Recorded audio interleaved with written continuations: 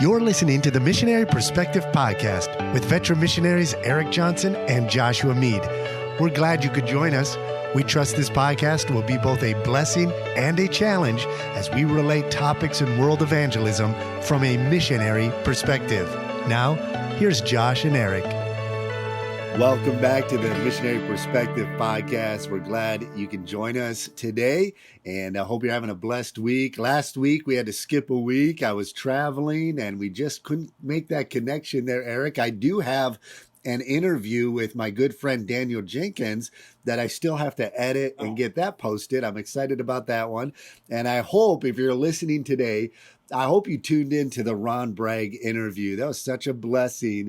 He's had such a tremendous impact in our life personally, and I know in missionaries all over. I think every missionary would probably be in Africa because of Ron Bragg, but I mean, you got to follow God's calling, but if it was up to him, you'd be in Africa serving, he's just such a great man, and it was really good to connect with him. So I hope you go back and listen to that. Be sure to tune in. But we are talking, Erik, about finances, ministry, with a missionary perspective specifically. And I think today we wanted to cover the topic of the early days of mission work. So deputation, raising support, preparation, how important it is to do finance. And Erik, let me ask you, when you started deputation, now you already were working a job, and so you already had kind of an idea how to budget, how to approach that. So let's talk the two perspectives, because I went in cold turkey having worked a job but never really budgeting or thinking about that. So tell us your perspective going in, and then how the transition from the business world to deputation. What were some of the things you had to do to transition to be a wise steward of your finances? Well, I'm sure every missionary has different experiences. It is true that I'd worked in the computer analysis sector. I worked for Sprint Communications, was a network analyst. And so I had, during my college years, I did my college at night. It's also worked for a mortgage company. So I was used to, like you said, living by a budget, paying bills, things like that. But I wasn't married yet. So that was a whole nother ball of wax, and my wife and I remember taking my final exam and then going to my wedding rehearsal, and we got married the next day. We actually, when we met you guys, it was a week before we got married. We were actually approved by BIMI a week before we got married. So pretty much life as a missionary started also with marriage. And so we had a few months where we were getting things ready for deputation. But I would say for me, anticipating that time frame, we talked to a lot of missionaries, got some ideas. Obviously, when we were approved by BIMI, they give you a lot of training in-house with some ideas what to expect.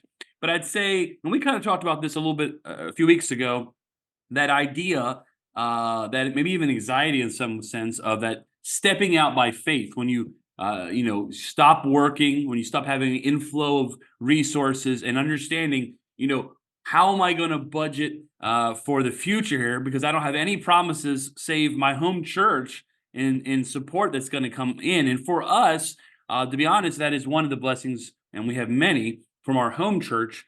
They did prorate a little bit of our support ahead of time so that we wouldn't be nearly as worried about maybe if we still had an apartment. In that case, we did a few months of rent. Very soon after that, though, we gave up that apartment, and we're really nomads. Now, we could do that because it was just my wife and I, but we want to give our perspective, our experiences, but we also want to understand as we go through some of these things we're going to talk about in the next couple episodes, that it really isn't necessarily a one-size-fits-all. But in our experience, making that transition was a little more difficult in the sense of how is it going to go?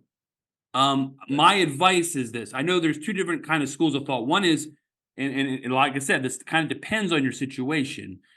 Some people can't just go cold turkey, give up a job, and go full-time on deputation. But I will say this, if you can make deputation your full-time job, meaning you're spending pretty much every waking hour working on either contacting churches, investigating and checking out and seeing where you want to go, talking to other missionaries, calling churches, lining up meetings, going to meetings. If you can make deputation your full-time job, I've seen almost in every example where the Lord not only provides in abundance so you can get to the field in a reasonable amount of time. The people I've seen in most cases where they kind of did the half and half, they worked halftime and they kind of half at it, going to meetings, we might call it part-time. It usually doesn't go nearly as fast. And now some of that may be a circumstance, and we understand that. But if you can, if the Lord's called you, you need to step out on faith. That's kind of how we started. It was some anxiousness to it, but the Lord greatly blessed. Yeah, in all my studies of scripture, I've really come to understand, and I mean, it's been proven in our experience, but it's based on the testimony of the scriptures, especially the Apostle Paul, obviously the teachings of Jesus, the principles of the Old Testament. But when Paul says, "My God shall supply all your need according to his riches and glory by Christ Jesus," he's talking about spiritual need. He's talking about physical need. He's talking about your financial need. And one thing I've learned as in experience, it's confirmed it, but when you're called to ministry, you're set apart, right? The Apostle Paul constantly defined himself as, "I'm set apart for the gospel ministry." And if you read the New Testament and you see it in the Old Testament with the Levitical priesthood, what you discover is that faith, okay, stepping out by faith, it's not a blind faith of where's it going to come from. God, as you look at the scriptures, God has obligated himself to provide for those he calls. If God separates you to his work, he's not obligated to take care of me. I'm his creation. I'm obligated to obey him. But the wording of scripture is such that God has obligated himself, which means he will fulfill it. He will provide. Now, that doesn't mean he might provide the way you want him to. The Apostle Paul said in Philippians, "I've learned how to be abased. I've learned how to abound. I've learned to suffer need." God is going to allow you to go through specific circumstances financially to stretch your faith, to try your faith, and to mold you to completely trust in him. And deputation is a good time, but I recommend to young men and women, married couples, but if you are younger and you know God has called you, start to learn to depend on God. I learned this from Hudson Taylor's biography. Learn to depend on God before you step out on deputation, and there's kind of that uncertainty of financial provision. When I was working a job as a teenager, I read the Hudson Taylor biography, how he wanted to intentionally strengthen his faith to prove that God would provide for him even when he had provision. So he would give his paycheck and things like that. And God was there to provide every step of the way. And we've proven that. I know you've proven that. God takes care of you. So when you step out by faith on deputation, I agree. If you don't do it right away, it does have to come early. If you have a family, you're working a job, at some point early on, you need to cut that off and say, God's called me. He's going to take care of me. I'm going to put the work in. I'm going to be in the churches, or it's going to be hard work, but God will take care of me. You know, I'm just remembering now because I'm old and I sometimes forget things. There was a transitional time once the Lord called me, and I was going to college and local Bible Institute in the evenings, and I was getting my degree, where my job with the Sprint Communications ended because they were laying off a lot of people. And I had the opportunity to continue in that field, which paid very well, or I had the opportunity to go another route, which would pay far less, but provided me the opportunity to finish my studies a lot quicker, less stress. And I'll just say there's a temptation, even with just every human being, of greed and money. But I remember I had a job offer at a job that I probably I would have taken and made a lot more money, but it would have affected the speed of completing my task to go be a missionary. And I remember praying about this and probably even slowed down the point where I could have gotten married and provided for my family.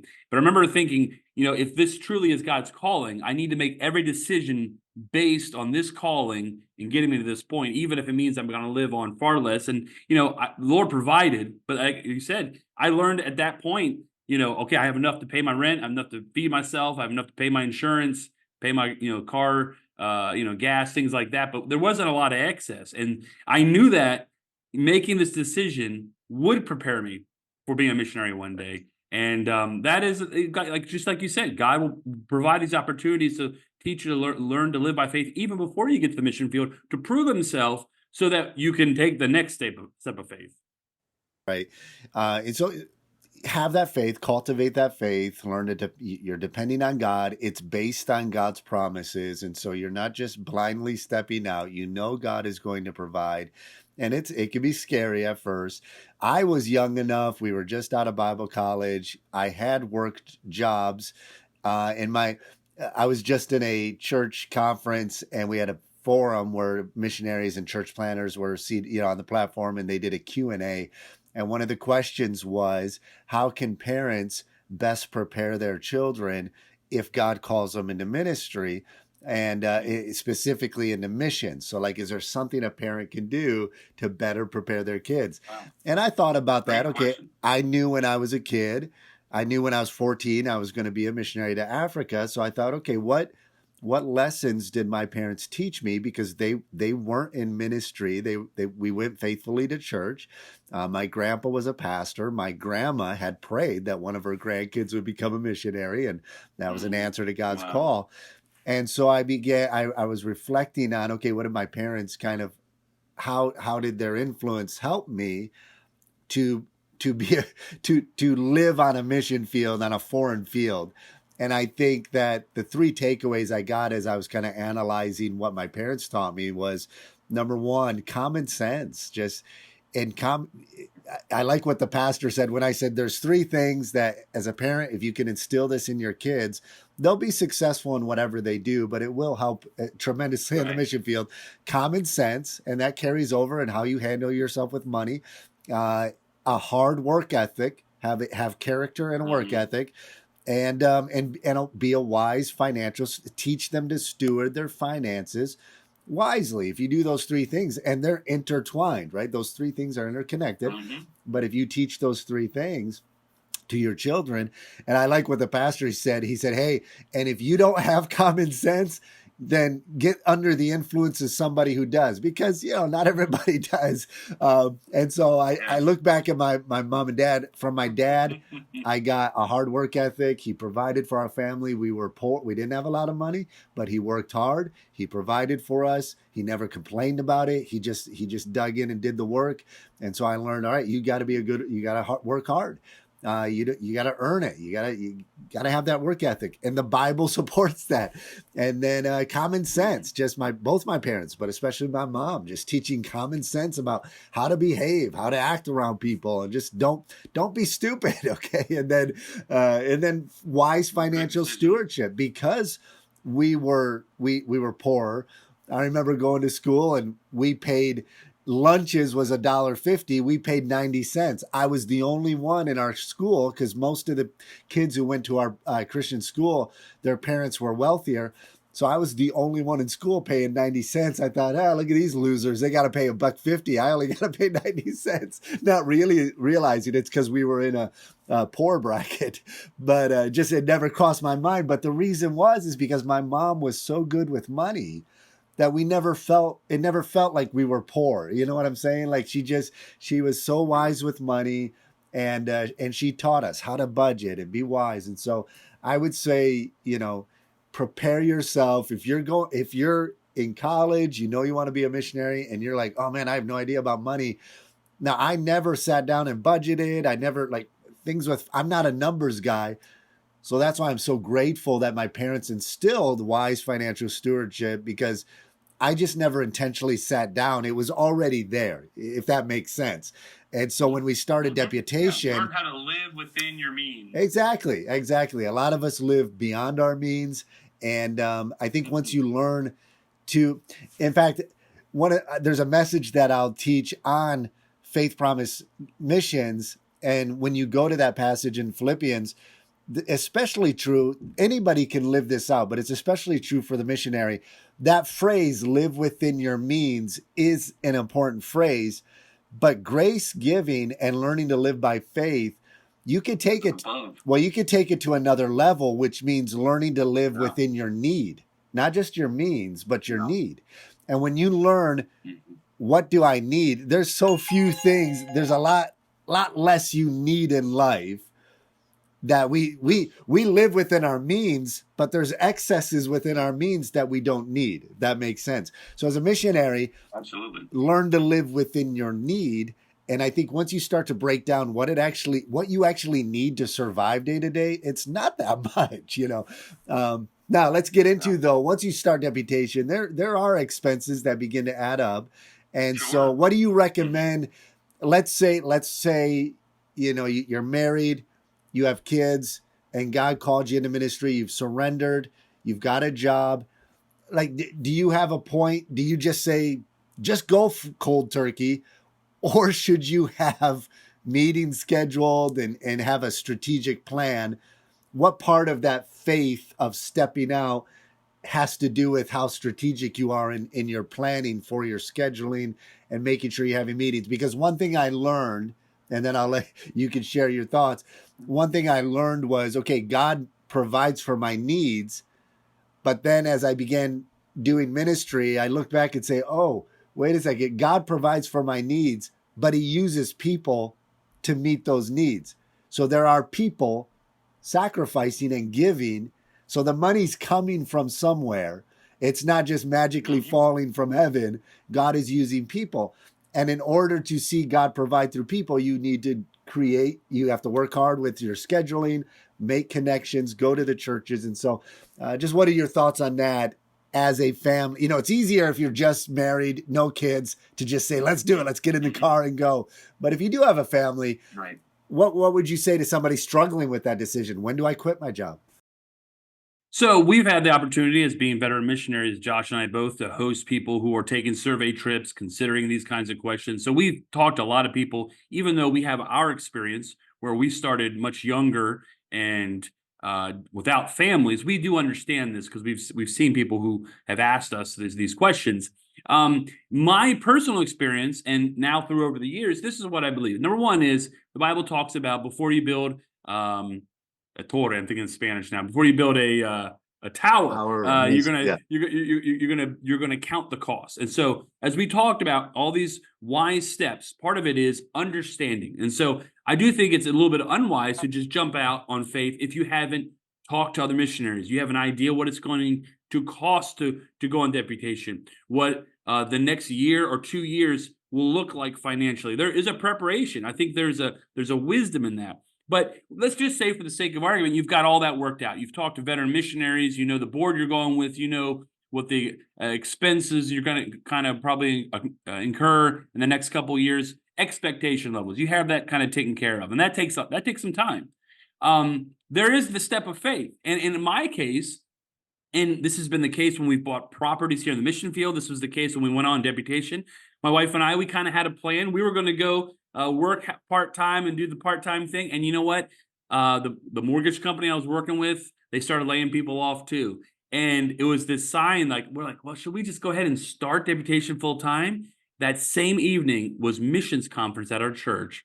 And it was like within 4 months is when we wanted to start full-time. And Pastor Sisk preached a message on saying out 4 months into the harvest, and we were just like, the Lord couldn't have wrote it down on a piece of paper more clear for us. It was time to start deputation that day, full time. And so I don't know if the Lord's going to make it that clear to you, but I honestly believe he will. I think if you're going forward motion, you're going towards his will, you're doing the wise steps of planning and preparing, because especially when you have a family, you want to be very wise. You want to, because the Lord calls you to provide and take care of them.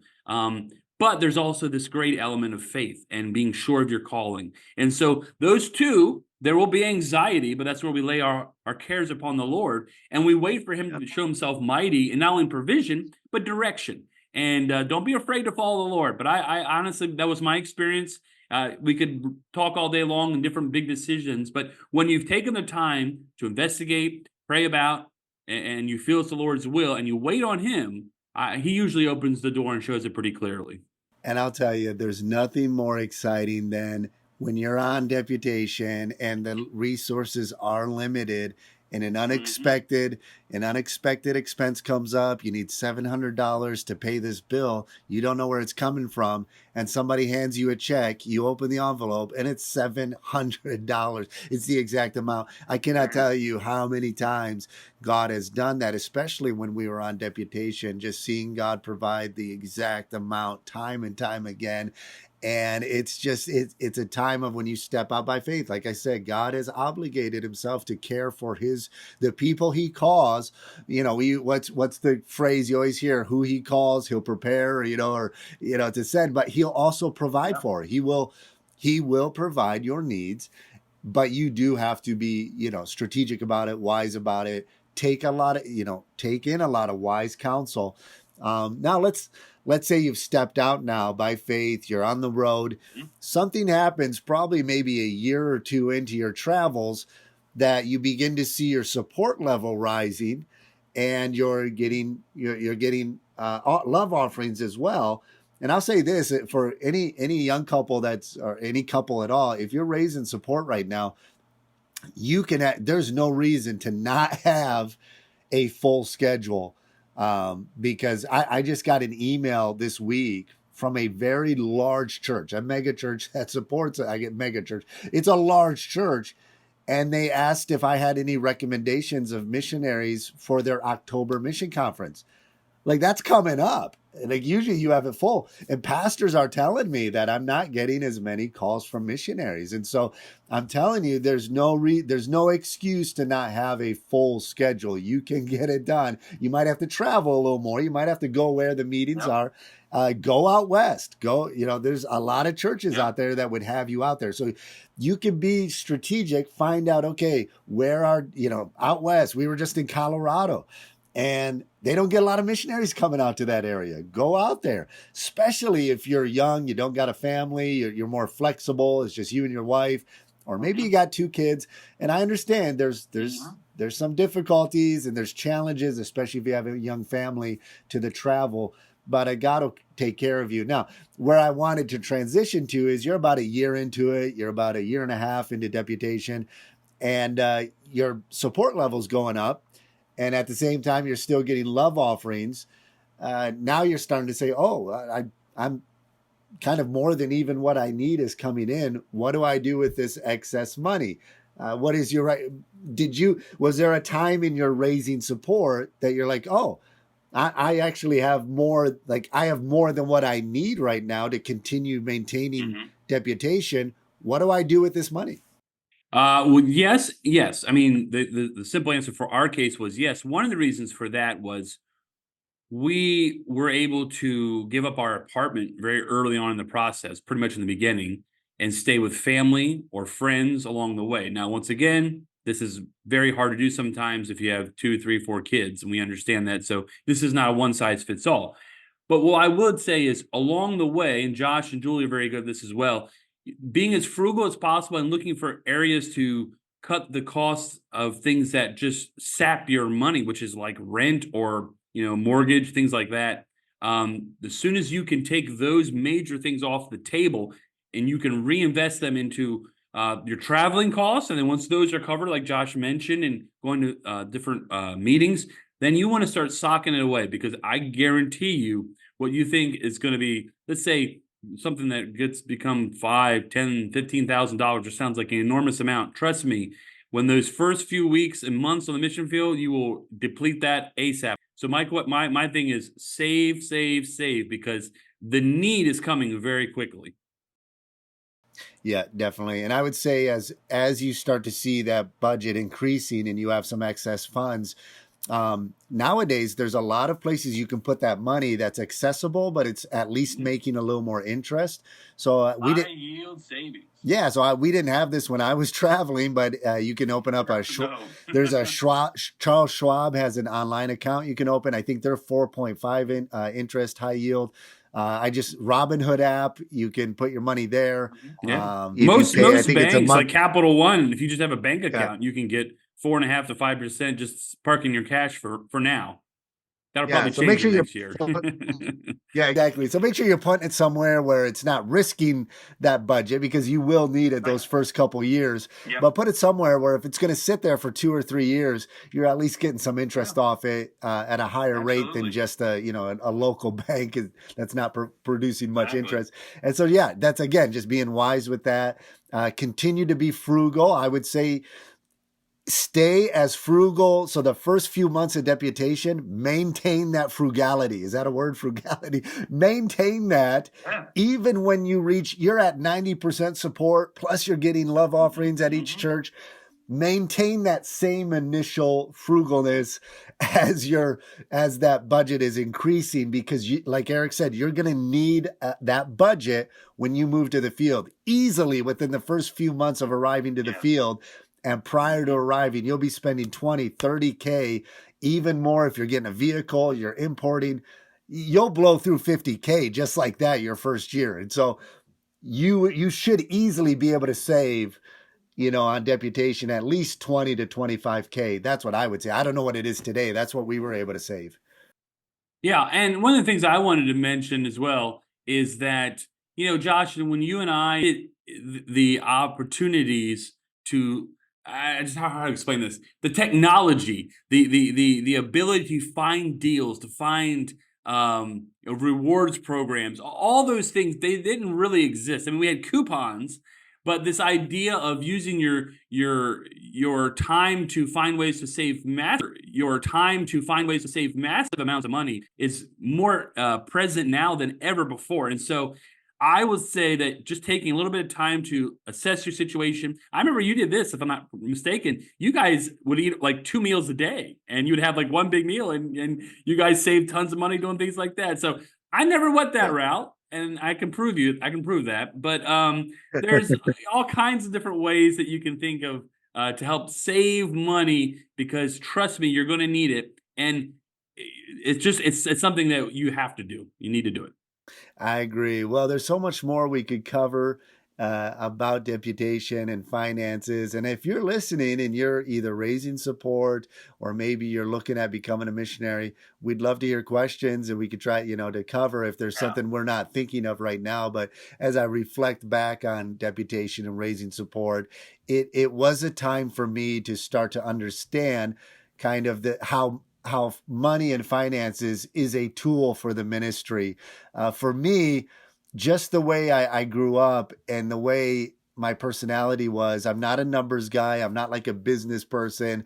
And so money to me was almost just this abstract concept of, I don't know. It just wasn't something that clicked. My wife, on the other hand, she grew up a little bit poor as well, but was just a hard worker and was very frugal. But money for her was a thing, like you have to be very intentional with it. And so she lived her life. She was a teacher for a while, and as a single young girl, she was able to maintain, sustain herself, but still it wasn't a large salary. And so when we got married, there was a little bit of fear and trepidation stepping out by faith, just, well, where's the money going to come from?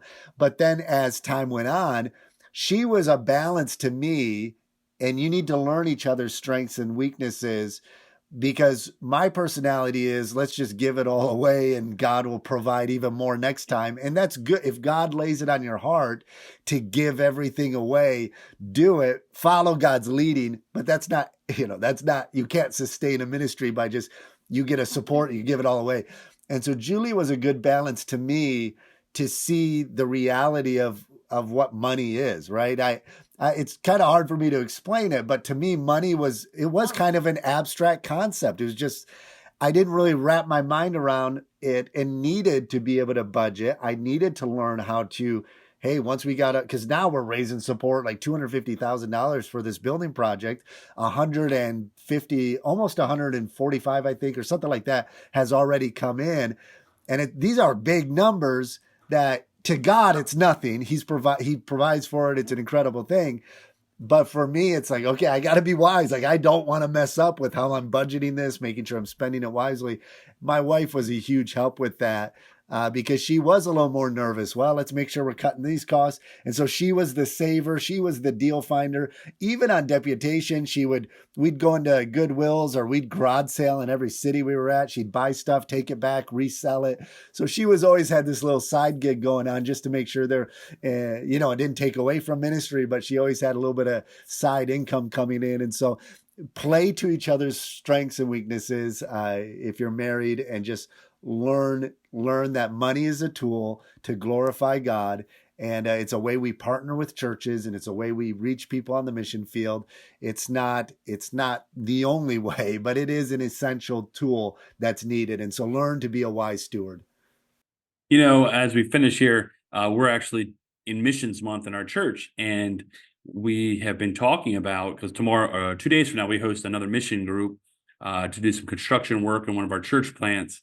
And I was explaining to our church, the more we are generous, the more we are willing to give of our resources to the Lord. As a missionary, we start in that sense of our lives and our hearts, but even our money as well.